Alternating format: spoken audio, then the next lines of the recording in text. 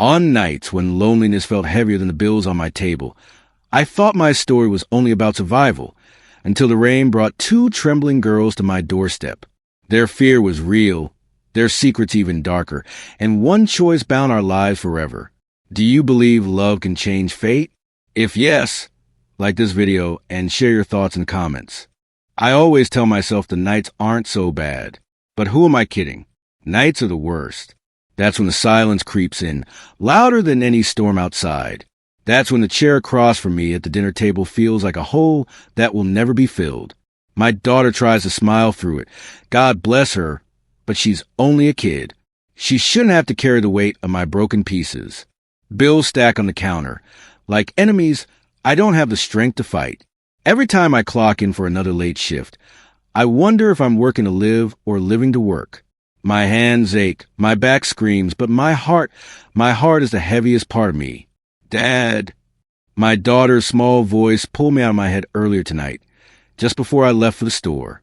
Don't be long. It's raining. I kissed her forehead and promised I wouldn't. But now, as I walk home under a flickering streetlight, the rain pelts me harder, as if the sky itself wants to wash me away. My jacket is useless. Water seeps through, cold against my skin. I keep my head down, focusing on each step. That's when I see them. Two figures huddled under the awning of the closed bakery across the street. At first, I think it's nothing. Kids messing around maybe, but then I hear it. The sharp, desperate chattering of teeth. My eyes adjust and I freeze. Two girls. Teenagers, maybe 16, 17. No, closer to 18. Their hair is plastered to their faces. Clothes drenched, thin backpacks clutched like shields.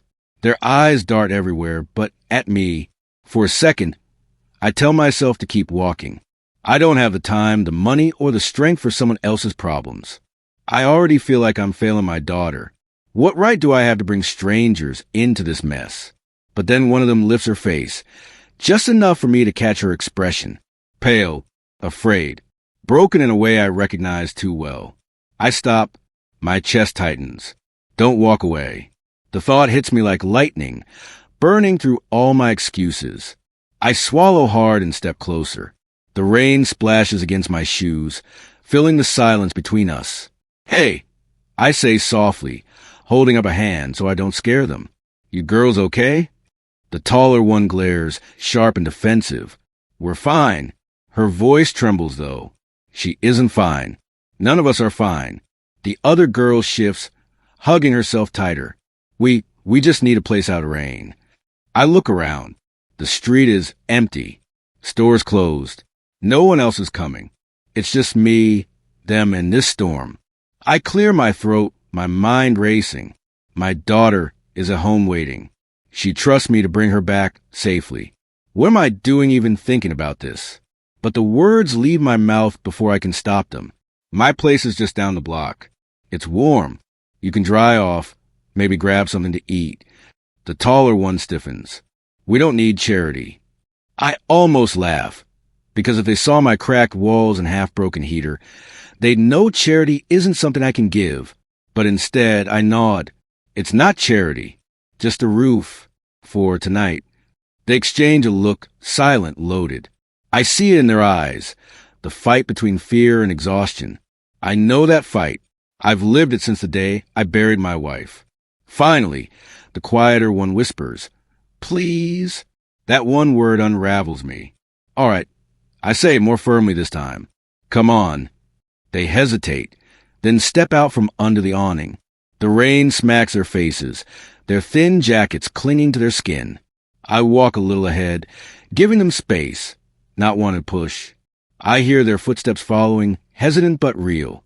As we near my building, I feel my heart pound harder. Am I crazy? I don't know these girls. I don't know where they're from, what they've seen, what they're hiding. But then I picture my daughter asleep inside, safe in her small bed, because I fight every day to give her that. If she were lost, cold, alone, God, I'd pray someone would stop. Someone would see her as more than trouble. By the time I unlock my door and step aside to let them in, the doubt is still there. But stronger than doubt is a strange, quiet pull in my chest. I don't know who these girls are. I don't know what storm brought them here. But I do know one thing. My life just changed. And deep down, I feel it. The real storm hasn't even started yet. They stood on the steps, dripping water onto the floor, clutching their torn backpacks like they'd disappear if they let go. "You can come in," I said, trying to sound steady even though my stomach twisted. The taller one gave me a sharp look, then whispered something to the other. I caught only fragments. Fear in every syllable. Finally, the quieter one nudged her forward, and they both stepped inside. My daughter peeked out from the hallway, eyes wide. "Dad?"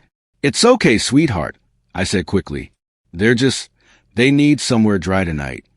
The taller girl stiffened, eyes flicking toward my daughter like she was measuring danger. I raised my hands. "Nobody here's gonna hurt you. I promise." They didn't answer, only shuffled into the living room, dripping puddles onto the worn carpet. I noticed then the bruises, faint, fading purple marks along one's arm, a scrape across the other's cheek. My chest tightened. What happened to them? Who let this happen? I forced my voice calm. "Sit down. I'll grab towels." While I fetched them, I heard whispers, low, urgent. They spoke to each other like soldiers planning escape routes. When I came back, they froze, eyes darting like I caught them doing something wrong. "Here," I said softly, handing over the towels. "Dry off before you freeze." The younger one took hers with a small, "Thank you." The other only nodded, shoulders still tense. My daughter stepped closer, whispering, "Dad, who are they?" "I don't know yet," I admitted. Her small fingers slipped into mine, and I squeezed, pretending I wasn't just as scared. I moved toward the kitchen. "You must be hungry. I'll fix something simple." "No," the taller one said quickly. "We're fine." Her stomach betrayed her, with a loud growl. Silence followed, broken only by my daughter's muffled giggle. Even the tough one cracked the smallest smirk before looking away. "Sit," I said, already pulling bread and eggs from the counter. "I'll make something." As I cooked, their whispers floated in again. Bits about not staying long, not safe here. He'll find us. My pulse quickened, but I kept my face calm, cracking eggs into the pan like I hadn't heard. When I set the plates down, they hesitated. The smell of warm food filled the room, and I saw it. Their eyes softening, their guards slipping. They ate like they hadn't had a meal in days. Forks scraped plates, bites too big, cheeks puffed out with food they couldn't chew fast enough. "Slow down," I said gently. "There's plenty." The younger girl swallowed, cheeks red. "Sorry." "Don't be sorry," I murmured. "God, who taught you to be sorry for eating?" My daughter slid into a chair beside them, watching like they were wild animals she was afraid might bolt. "What are your names?" she asked. The taller one looked at her, then at me. "Does it matter?" "Yes," my daughter said simply. "If you're here, you're people. People have names." That cracked something. The younger one whispered, "I'm Lily." The taller one sighed. "And I'm Rose." "Lily and Rose," my daughter repeated, like she was trying out the taste of the words. "Pretty." Rose gave the faintest shrug, but Lily smiled, soft, real. We ate in quiet after that. The storm outside hammered against the windows, but in here it felt almost normal.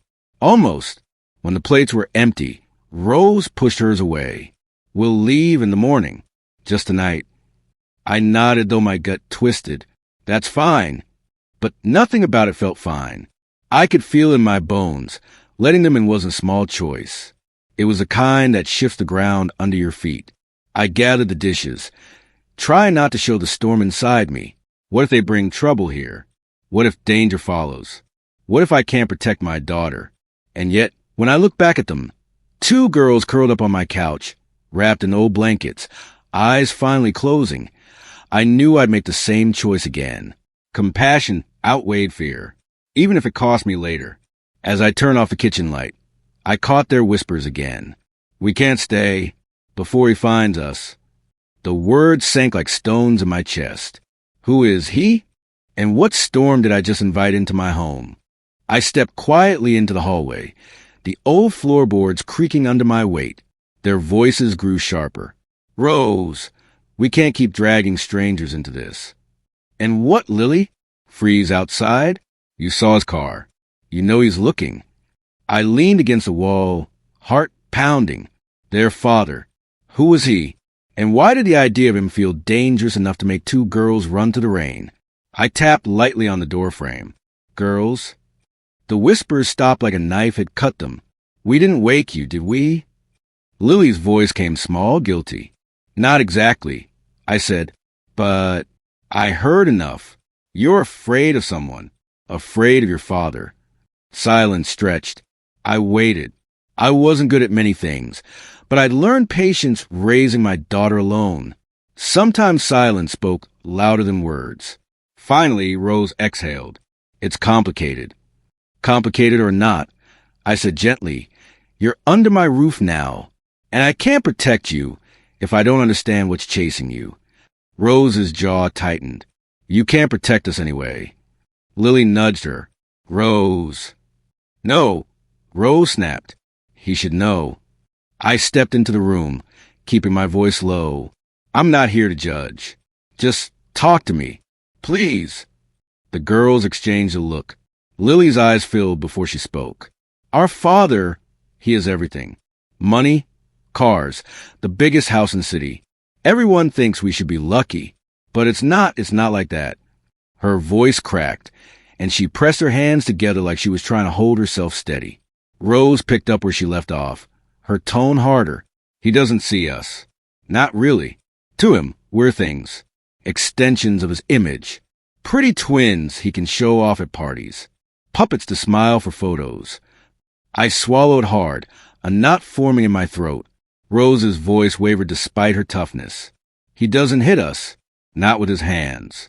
But when your whole life is glass walls and locked doors, and the only time you hear your name is when he's angry or giving orders, it breaks you anyway." I thought of my own daughter, her laughter, her questions, the way she curls into me when the nightmares come. I couldn't imagine treating her like furniture. My chest tightened painfully. "Why run?" I asked softly. "Because we were disappearing," Lily whispered. "Every day in that house, we lost pieces of ourselves. We'd rather be nobodies out here than ghosts in his mansion." My throat burned. I sat on the edge of the worn-out armchair near their bed. "So, tonight, when you walked through my door, did you feel like ghosts then?" Lily shook her head quickly, tears slipping down her cheeks. "No. For the first time in forever, it felt safe." Rose's eyes glistened too, though she turned her face away like she didn't want me to see. "Don't get the wrong idea. We're not staying. We just needed a break." I let the silence stretch again, heavy and raw. My mind screamed with questions. What kind of man builds empires but forgets to love his children? And what storm would fall on me for taking them in? But as I looked at them, two broken kids who'd chosen my cracked walls over a palace, I knew the answers didn't matter tonight. "You're safe here," I said finally. My voice came out rough, but steady. "For as long as you need. I won't let anyone hurt you." Lily's shoulders sagged with relief. Rose gave me a long, doubtful look, but she didn't argue. I stood, heading for the door. "Get some rest. We'll figure things out in the morning." As I stepped back into the hallway, I caught my reflection in the darkened window. My eyes looked tired, older than I remembered.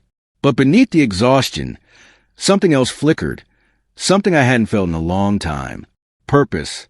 Still, as I lay down again, the words clung to me like a curse. "He'll find us."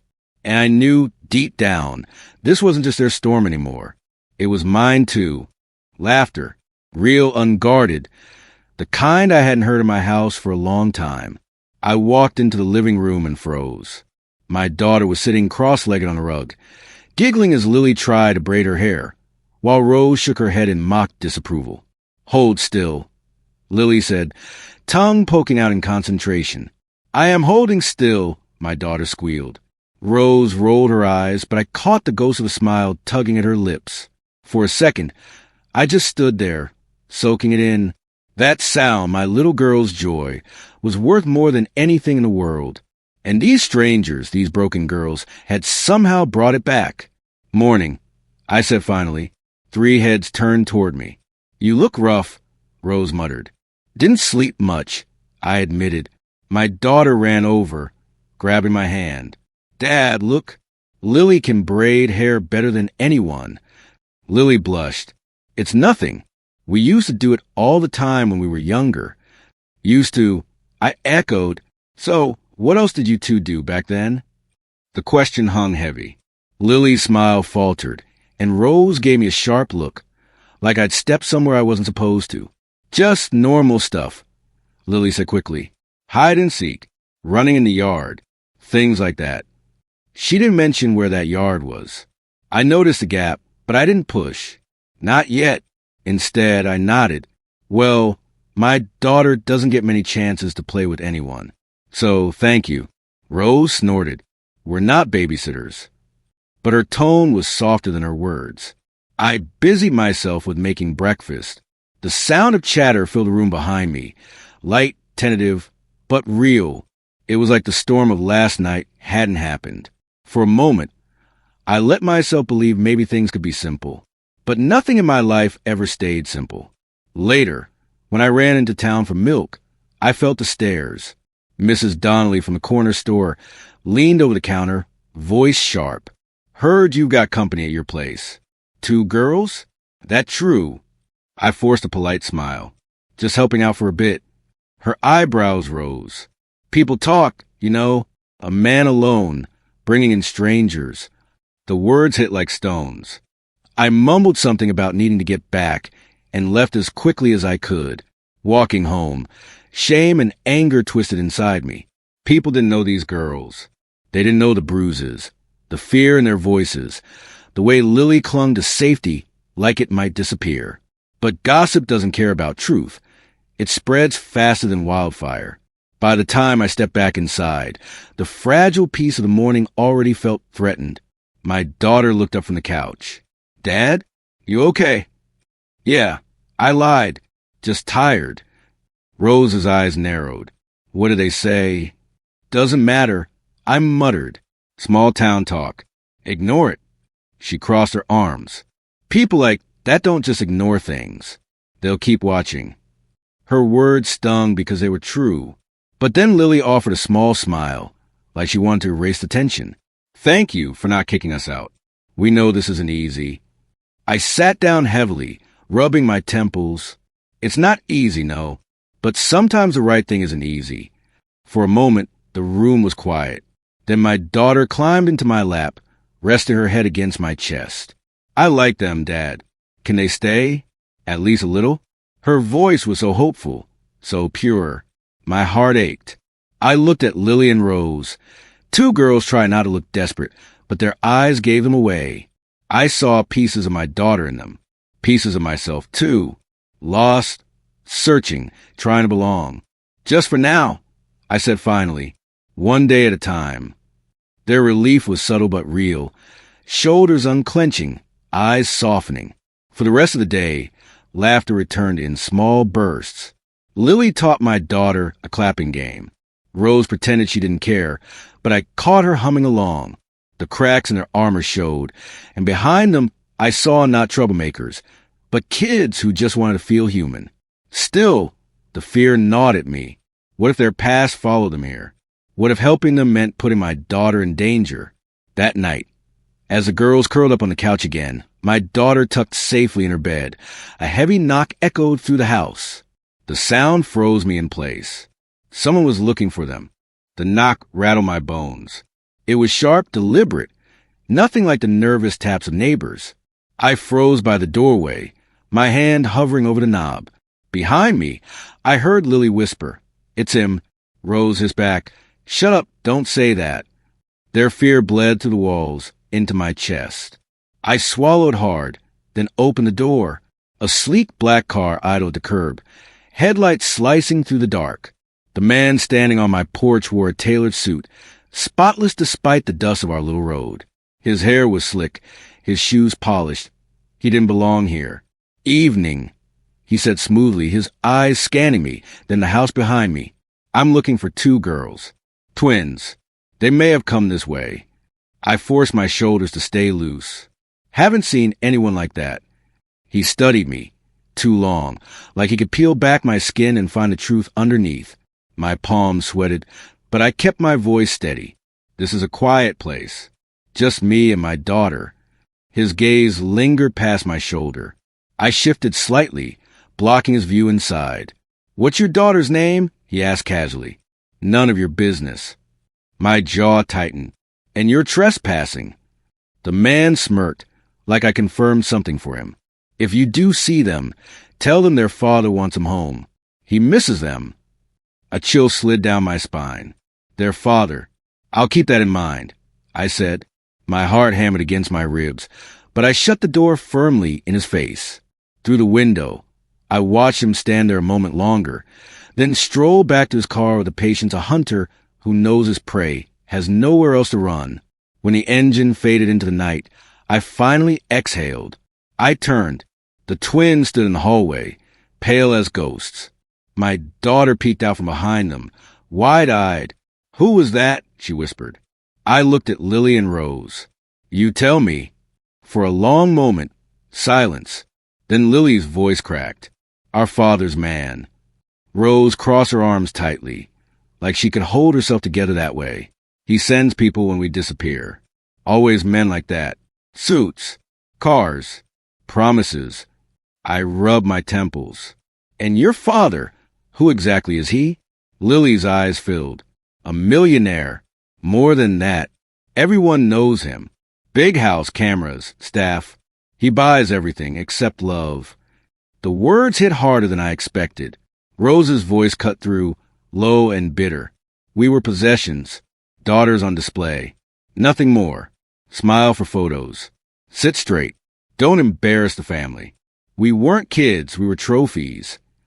Lily hugged herself, shaking. "We ran because we couldn't breathe there. Because if we stayed, we'd disappear inside that mansion forever." I stared at them, at their bruises, their broken backpacks in the corner. All the little signs I'd ignored suddenly fit together. And now, because I let them in, their past had found my doorstep. My daughter tugged at my sleeve. "Dad, they can't go back." Her words twisted the knife already in me. I crouched down, meeting the twins' eyes. "Listen, that man will come again. People like him don't just walk away. So if you stay here, it won't be easy. It won't be safe." Rose's chin trembled, but she lifted it stubbornly. "We've never been safe." Something inside me cracked. I thought of my daughter, how I swore I'd protect her no matter what. And now, looking at these girls, I felt the same pull. I took a deep breath. "Then you're under my roof now. And I don't hand kids over to suits and black cars." Lily broke down first, covering her face with her hands. Rose turned away quickly, wiping at her eyes like she couldn't stand to show weakness. My daughter slipped her small hand into mine. "We'll protect them, right, Dad?" I squeezed her hand, even though my chest was tight with dread. "Right." But when I looked at the window, the night outside felt heavier than ever, because that man had promised, without saying it, that he'd be back. And I knew hiding them forever was impossible. I kept staring at the window long after the black car disappeared, my reflection caught in the glass, haunted, tired, afraid. My hand was still wrapped around my daughter's, and the twins sat silently on the couch, their bodies curled inward like they were trying to shrink out of existence. I cleared my throat. "You girls should get some rest. Tomorrow we'll figure something out." Rose's voice was small, almost broken. "Figure what out? We can't go back." Lily wiped at her face. "If he finds us, he'll drag us home like prisoners." Their words cut deeper than they knew.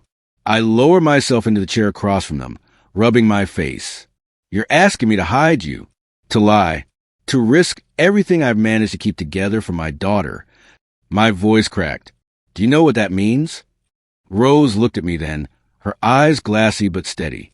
"It means you'd be the father he never was." The silence that followed was heavy. I felt my daughter climb into my lap, her small weight grounding me. She whispered, "Dad, they need you." I wanted to say I wasn't enough, that I could barely protect her, let alone two more. but the word stuck in my throat. Later that night, after the twins finally drifted into uneasy sleep on the pull-out couch, I sat in the kitchen with my daughter. The only light came from the fridge when I opened for water, casting us both in a pale glow. She studied me with those sharp eyes she got from her mother. "You're scared." I laughed without humor. Scared doesn't even begin to cover it. If I keep them here, I'm lying to powerful people. If I give them back, I'm betraying the trust they just gave me. Either way, I lose. She set her little hand on mine. Sometimes doing the right thing means letting go. Her words pierced me. I stared at her, searching for the child she used to be, but all I saw was a girl growing too fast in a world too cruel. "You think the right thing is to hand them over?" I asked quietly. She shook her head. "I think the right thing is to make sure they're really safe. If their dad is everything but love, maybe you can show them what love looks like." Her innocence both humbled and crushed me. She believed in me, even when I didn't. I leaned back, staring at the cracked ceiling. "Talk to their father? You make it sound so simple." She shrugged. "You always tell me running from fear makes it bigger. Facing it makes it smaller." I chuckled bitterly. That's advice I should have stopped giving. The next morning, Lily and Rose sat at the table, pushing scrambled eggs around their plates. My daughter joined them, laughing at something Lily said about the way I cooked. For a moment, the kitchen sounded like family. Laughter, clinking plates, voices filling the space that had been so empty for years. I leaned against the counter, watching them. God help me, I could get used to this. Then Lily glanced up at me. "Why are you staring?" "Because," I said softly, "you girls look like you actually belong here." Rose blinked rapidly, then muttered, "No one's ever said that to us." The lump in my throat was impossible to swallow. I sat down across from them. "Listen, I can't promise I can keep you hidden forever. That man will come back, and when he does, I can't lie my way out again. But I can promise this. I'll stand in front of him as a father. I'll make him see what he's blind to." Lily's lip trembled. "Why would you do that for us?" I reached across the table, covering their hands with mine. "Because my daughter was right. You need someone to fight for you. And if no one else will, then I will. That's what a dad does." For the first time, Rose's tough mask cracked. She whispered, "You're like a real dad." The words nearly undid me. I forced a shaky smile. "Don't tell my daughter that. She already thinks I'm too soft." From across the table, my daughter grinned. "I like you soft." We all laughed then, but it was fragile, like glass that could shatter with one wrong move. And in the back of my mind, I knew the laughter wouldn't last. Because somewhere out there, the man in the black car was planning his return. And when he came, I would have to look him in the eye. Not as a man with nothing, but as a father with everything that mattered. The knock came again, heavier this time, measured, powerful, like a gavel striking down. My stomach twisted. I'd been waiting for it, yet dreading it all the same. I looked at the girls. They were frozen in the living room, clutching each other's hands so tightly their knuckles were white. My daughter hovered beside them, eyes wide. I muttered, "Stay here," and forced myself toward the door. Every step felt like I was dragging a chain. When I opened it, the world seemed to tilt. A man stood on my porch, tall, polished, wrapped in a suit that probably cost more than my monthly rent. His hair was silver at the temples, slicked perfectly back. His shoes shined, his watch gleamed.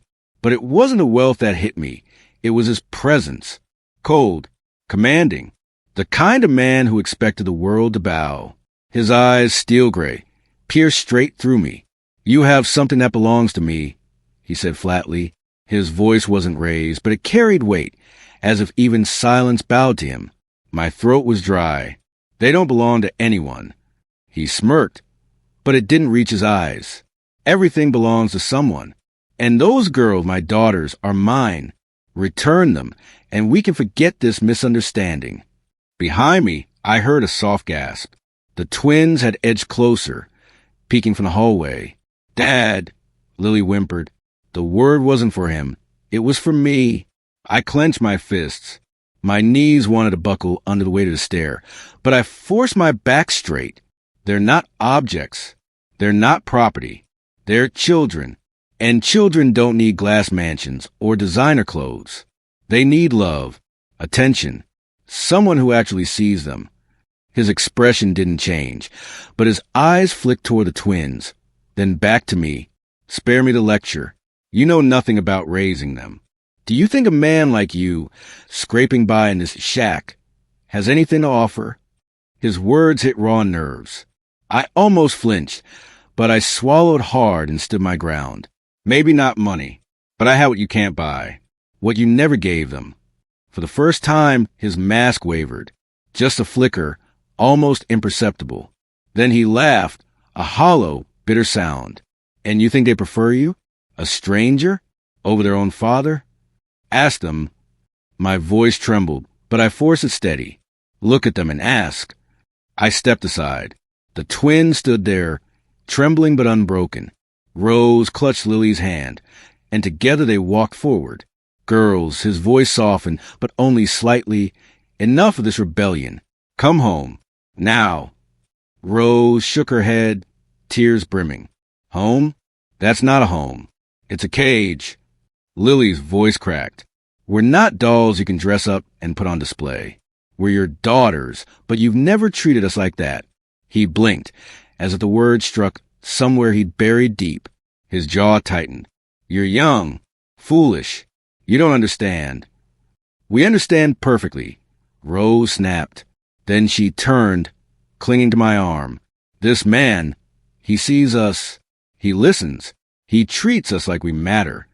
Lily followed, her small voice trembling. He's like a real dad. My chest constricted. Their words weren't meant to wound him, but I saw the effect instantly. His polished armor cracked, just slightly, but enough. His hand twitched at his side, his jaw clenched, his breath uneven for the briefest second. I spoke softly but firmly. You hear that? They're not asking for wealth. They're not begging for mansions. They're begging to be loved, to be seen. And if you can't give them that, then no amount of money makes you a father. The air between us was electric, heavy with something unspoken. His eyes met mine, steel against worn-out resolve. And for the first time I saw it. Beneath the pride, beneath the power, regret, fear, maybe even pain. He turned his gaze away, staring past us at the cracked walls, the faded curtains, the modest life I scraped together. Then back at his daughters, who held me like a lifeline. His lips parted, but no words came. Finally, he straightened, the mask sliding back into place. This isn't over, he said coldly. He turned, descending the steps with slow, deliberate strides. The black car door opened like a mouth swallowing him whole. Before he slipped inside, he looked back at me one last time. No threats, no shouting, just a promise written in his eyes. Then the car pulled away, taillights glowing like embers disappearing into the night. Behind me, the twins collapsed into tears. My daughter hugged them both, whispering, It's okay. He's gone. But I couldn't move. My hands were shaking, my body rigid, because I knew the truth. He wasn't gone. Not really. And when he came back, I'd have to be stronger than I'd ever been before. I couldn't shake his eyes from my mind. Even after the taillights faded, they haunted me. Steel and fire, but cracked just enough to show something human beneath. For days, I waited for Storm. I expected men in suits, police, lawyers, threats at my door. Instead, silence stretched thin, until the evening he came back. No black car idling with menace. No entourage. Just him. Alone. I opened the door cautiously, but his voice surprised me. May I come in? I hesitated. Then I stepped aside. He sat at my worn kitchen table like it was a boardroom desk, his expensive suit out of place against chipped wood and mismatched chairs. The twins hovered near the hallway, my daughter beside them like a tiny guard. He looked at me, not at them. I didn't come to fight. Then why are you here? I asked. His eyes dropped to the table. For the first time, his voice wasn't sharp, but raw. Because I don't know how to fix this. Silence pressed between us. I almost didn't believe what I'd heard. He continued, words slower now. When their mother died, I buried myself in work. Built bigger, higher, faster. Everyone told me success would numb the pain. Maybe I believed them. Maybe I wanted to. I leaned forward, and in the process, you forgot you weren't just building an empire. You were raising daughters. His jaw tightened, but he didn't argue. The twins edged closer. Rose's voice was sharp with pain. You never even looked at us. Lily's voice shook. We felt like ghosts in our own house. His hand twitched on the table. I thought giving you everything would be enough. Clothes, tutors, vacations, security. I thought it was love. My chest ached. I spoke quietly but firmly. Love isn't bought. It's given. It's in late-night talks, burnt pancakes, holding them when they cry. It's being there. And you weren't. His head bowed. For a man who carried the world, he suddenly looked unbearably small. Rose's voice cracked. Do you even care? Or are we still just trophies to you? That broke him. His hand covered his face, his shoulders trembling. I care. God help me. I care more than I know how to say. I just never learned how. I never knew how to be both father and mother. I was terrified. So I hid in the only thing I was good at. Lily whispered, tears spilling. We didn't want perfect. We just wanted you. He lowered his hand, and for once there was no mask, no steel. Just a man, lost, afraid, desperate. Slowly, almost awkwardly, he opened his arms. If you'll let me try again. The girls froze. I could feel their fear, their hesitation, the years of silence pressing down on them. Then Rose's shoulders shook and she whispered, Don't let us go if you don't mean it this time. He stood, trembling, and stepped closer. I mean it. Lily broke first. With a sob, she threw herself into his chest. Rose followed, stiff at first, then crumbling. His arms wrapped around them clumsily, unsure but real. I watched, throat tight, vision blurring. My daughter slipped her hand into mine, whispering, See, Dad? You showed him. Maybe she was right. Maybe all I'd done was remind a man that being a father wasn't about riches. It was about heart. The twins cried into a suit, their voices muffled but clear. We just wanted a dad. He held them tighter, his own tears falling now. And I swear, I'll be that if you'll let me. For the first time, they weren't invisible anymore. I stood quietly, heart torn. This was what they needed. But it also meant I might have to let them go, and I wasn't sure if I was ready. I stood in the doorway, arms crossed tight against my chest, trying to steady the storm inside me as I watched them. The twins sat on the floor with half-filled bags, folding clothes with trembling hands. Rose looked up first. We decided. Lily's voice followed, softer, like it cost her everything to say. We won't give him a chance. My throat burned. I forced a nod, though every part of me screamed to beg them to stay.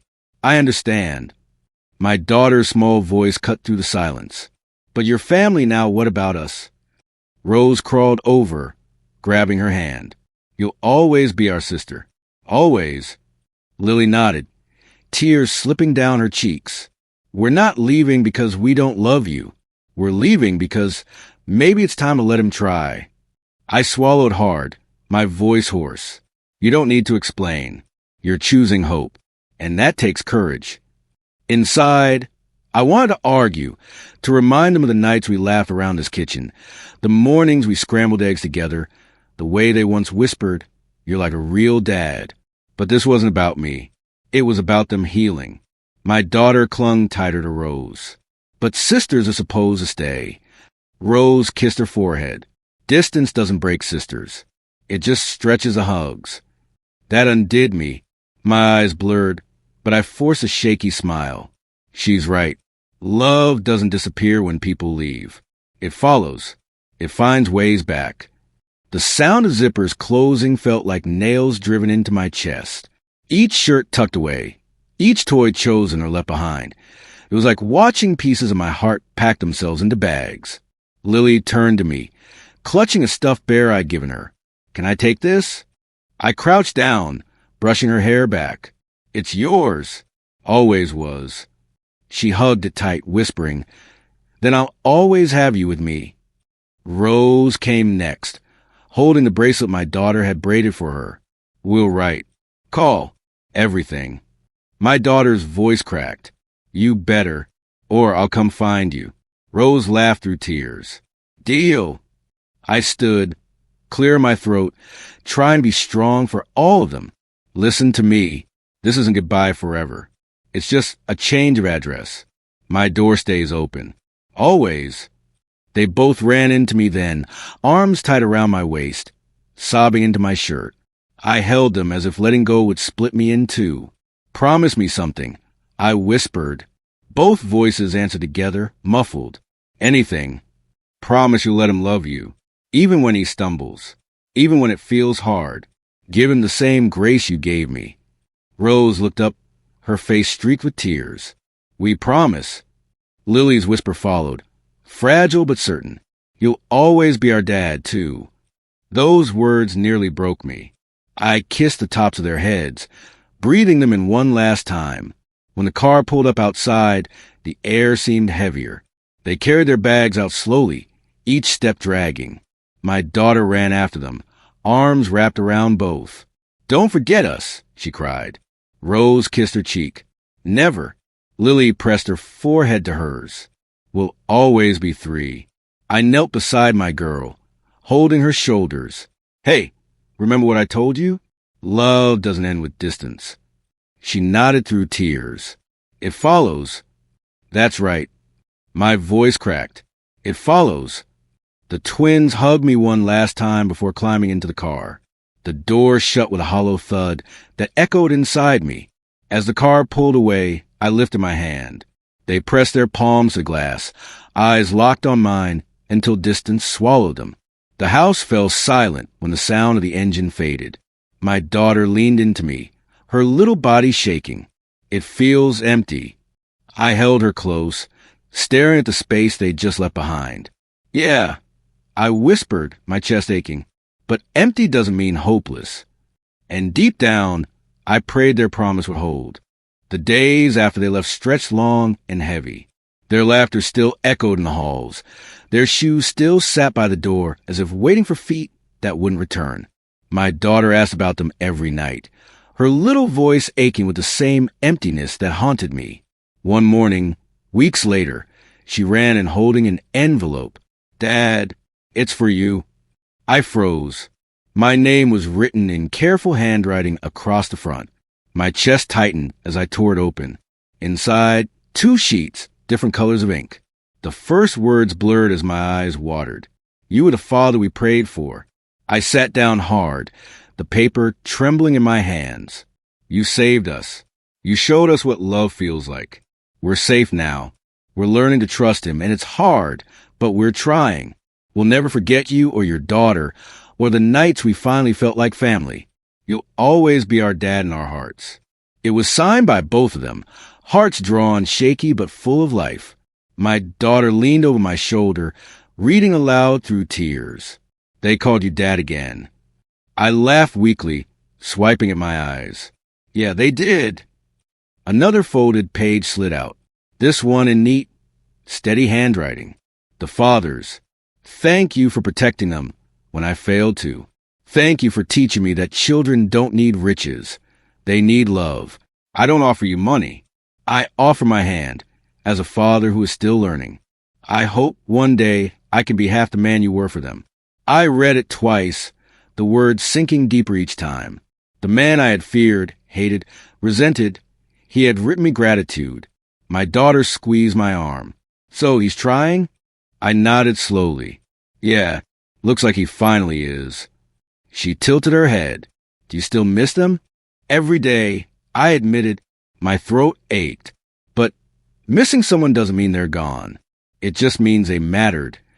She was quiet for a moment, then whispered, "Maybe love isn't about keeping people."